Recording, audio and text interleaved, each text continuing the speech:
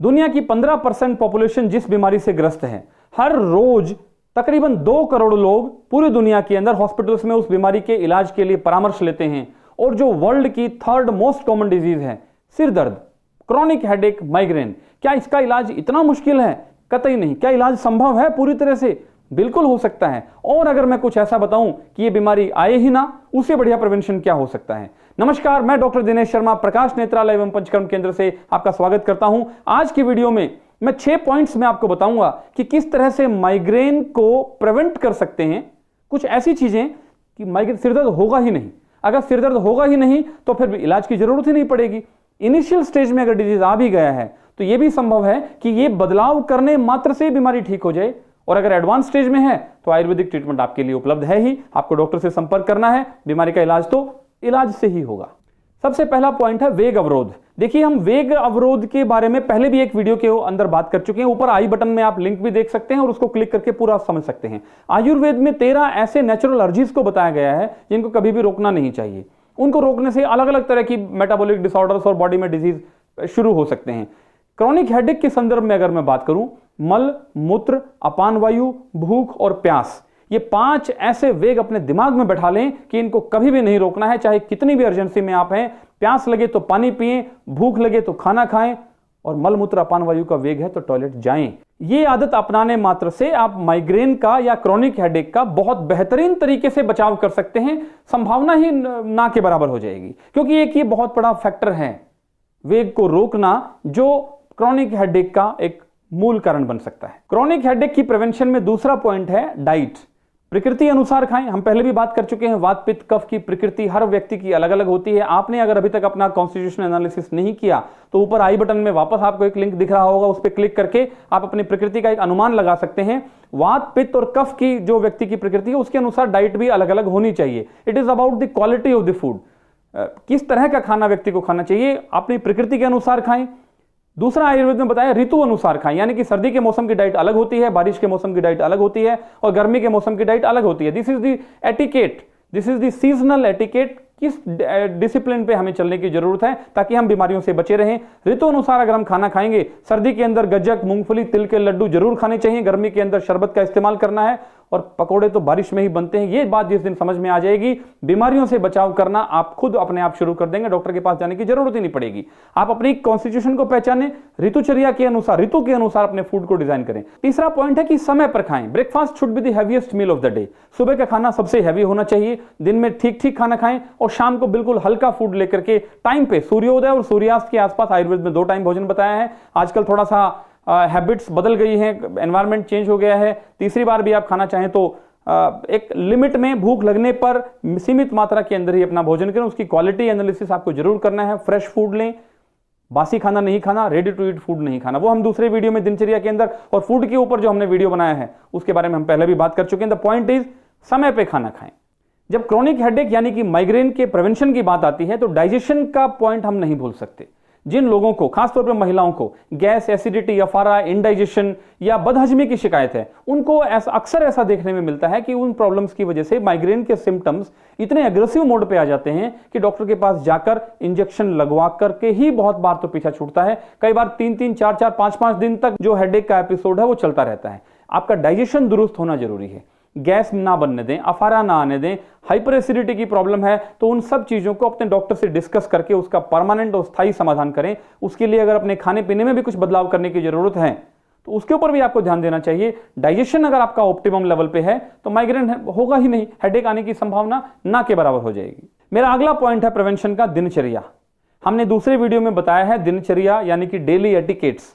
एक आयुर्वेद में एक डिसिप्लिन बताया है, कब उठना है, उसके बाद क्या करना है, व्यायाम करना है, थोड़ा खाने का आपका समय कैसा होना चाहिए, किस समय आपको खाना चाहिए, उसके बाद अपना पुरुषार्थ कर्म करना है, आप जो भी आप काम करते हैं, फिर सोना कितने बजे है। एक डिसिप्लिन के जितना नजदीक आप रहेंगे उतना ही माइग्रेन यानी कि क्रॉनिक हेडेक से बचाव करने में आपको मदद मिलेगी। जितना आप उस डिसिप्लिन से, जो एटिकेट बताया है, डेली एटिकेट, डेली रूटीन, उससे अलग डायरेक्शन में जाने की कोशिश करेंगे तो बीमारी आने का डर उतना ही ज्यादा बढ़ जाएगा। माइग्रेन के प्रिवेंशन में मेरा अगला पॉइंट है ऋतुचर्या। देखिए, आयुर्वेद में 6 ऋतुओं का डिस्क्रिप्शन है। शिशिर, बसंत, ग्रीष्म, वर्षा, शरद, हेमंत। जनवरी से लेकर दिसंबर तक हर 2 महीने में एक ऋतु बदल जाती है। हिंदुस्तान में, भारत के अंदर तो खासतौर पे ये हमें 6 ऋतुएं देखने में मिलती हैं। आयुर्वेद में बताया है कि जो सीजनल एटिकेट्स हैं उनको भी हमें फॉलो करना है। इसका अर्थ क्या हुआ? इसका अर्थ हुआ कि बदलते मौसम के साथ हमारा आचार और हमारा खान पान वो बदल जाना चाहिए अगर हमें स्वस्थ रहना। तो 12 महीने हम एक जैसा खाना नहीं खा सकते, 12 महीने हम एक जैसा रूटीन में नहीं रह सकते, कहीं ना कहीं उसमें सीजनल वेरिएशंस ऑटोमेटिकली आएंगी। तो ज्यादा बेहतर है कि उन सब उसकी क्वालिटेटिव एस्पेक्ट को समझ के हम अपनी तरफ से ही वो बदलाव कर दें जो डिजायर्ड हैं। देखिए, बदलते मौसम के साथ में हमारे आचार और हमारे खान पीन के अंदर बदलाव आएगा ही आएगा। 12 महीने हम एक जैसा रूटीन नहीं रख सकते। जैसे गर्मी के मौसम में हमारे काम करने के आवर्स, हमारी एनर्जी एफिशिएंसी सर्दी के कंपैरिजन में डिफरेंट होती है, बारिश में अलग तरीके से हमारा खान पान होता है।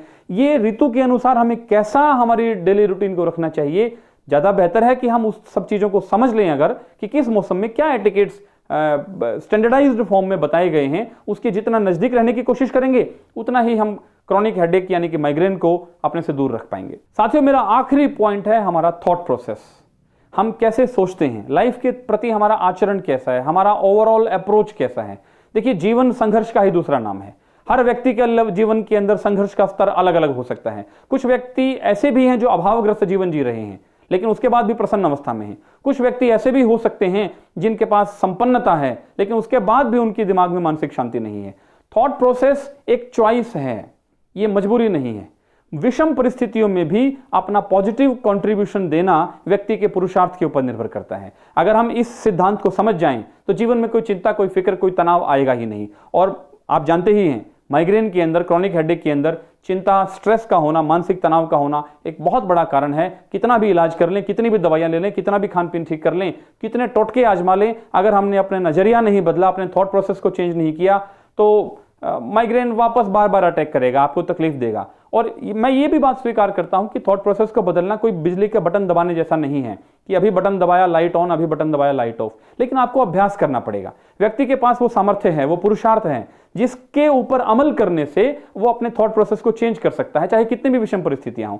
उसके लिए कुछ टूल्स हैं। वैसे तो डेली रूटीन, सीजनल रूटीन जो मैंने बात की, उससे भी आपको अपना एनर्जी बूस्टअप करने में मदद मिलेगी। फिर भी योग, मेडिटेशन, प्राणायाम, इन सब चीजों को भी एक अच्छे योगा एक्सपर्ट की गाइडेंस में अपनाने से आप तनाव का प्रबंधन बेहतर तरीके से, एक्चुअली ये तनाव का प्रबंधन नहीं है, तनाव को खत्म करने की बात है। आप तनाव को बिल्कुल अपने जीवन से खत्म कर सकते हैं, चाहे कैसी भी सिचुएशन आए।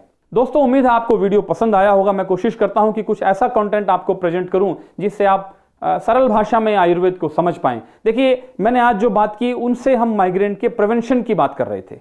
अगर बहुत एडवांस स्टेज में किसी को डिजीज है तो देखो, बीमारी का इलाज तो दवाई से ही होगा।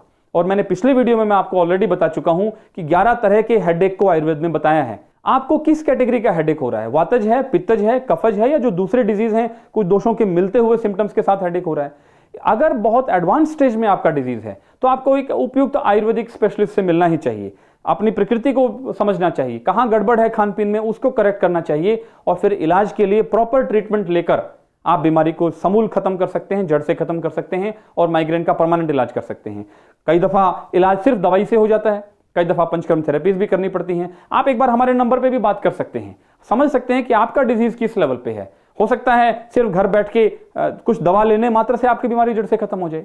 उम्मीद है आपको आज का वीडियो पसंद आया होगा। वीडियो को लाइक करें, उस व्यक्ति के साथ शेयर जरूर करें जो क्रॉनिक हेडेक से पीड़ित है और जिसको ये बदलाव की जरूरत है। अगर चैनल पर नए आए हैं तो सब्सक्राइब जरूर कीजिएगा। कमेंट करके हमें बताएं कि आपके लाइफस्टाइल में अगर क्रॉनिक हेडेक से आप पीड़ित हैं तो इनमें से कौन सा पॉइंट है जिसको बदलने मात्र से आपके जीवन में बदलाव आया।